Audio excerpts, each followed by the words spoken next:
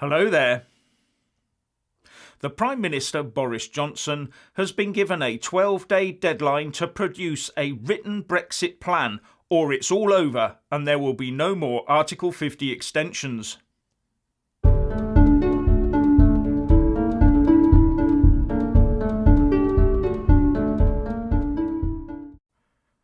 Antti Rinne, the Prime Minister of Finland, which is the country that currently holds the EU's 6-monthly rotating presidency of the Council of the EU, said that he and the French President Emmanuel Macron were agreed that the UK needed to produce written Brexit proposals before the end of this month, and if not, then it's over. While Boris Johnson, for his part, wants to keep his cards close to his chest until a more appropriate time just before or even at the EU Council meeting in mid-October where decisions are made. Now remember that it only takes one of the EU 27 member states to vote against an extension and the Article 50 process will end on the 31st of October without further action. But before everyone gets too cheerful about this, I don't think this is a threat to throw the UK out of the EU if Boris doesn't cough up the goods on time. And it's not aimed at getting something out of the UK Prime Minister. No, I think this is aimed at UK members of Parliament and those in the House of Lords. What they're saying is, unless Boris comes up with a humdinger of a plan by the end of the month, then all talk of extensions is over. It's the withdrawal agreement, surrender treaty, backstop and all, or you're out, in the full knowledge that MPs are not going to go for the deal. Rinne and Macron are telling our parliamentarians that they do not actually believe that the UK can come to a deal no matter how many extensions are given. They're saying that they are tiring of assisting Remainers in their long-winded internal domestic political game of trying to reverse Brexit. They're saying it's time for those Remainer MPs to decide. The likes of Rinne and Macron have been watching the gradual uncloaking of the true majority sentiment within the House of Commons to revoke the Article 50 letter and are applying pressure in that direction.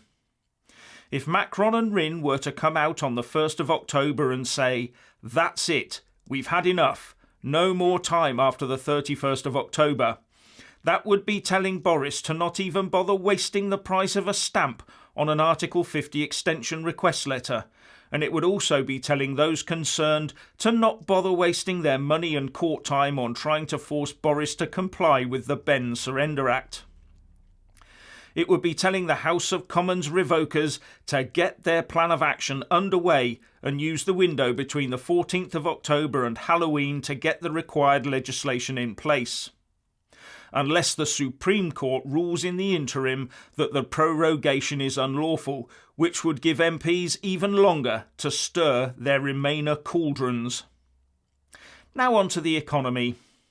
Amazing, isn't it, that with all attention being focused on the Supreme Court deliberating over the Brexit, or non-Brexit, prorogations cases, the mainstream press forgot to tell us all about the latest inflation figures.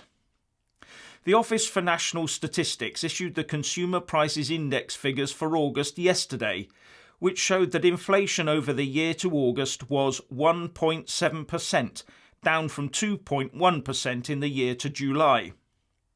According to the ONS, the largest downward contributions to the change in the CPIH 12-month rate between July and August 2019 came from a range of recreational and cultural goods and services, principally games, toys and hobbies and cultural services, clothing and seafares.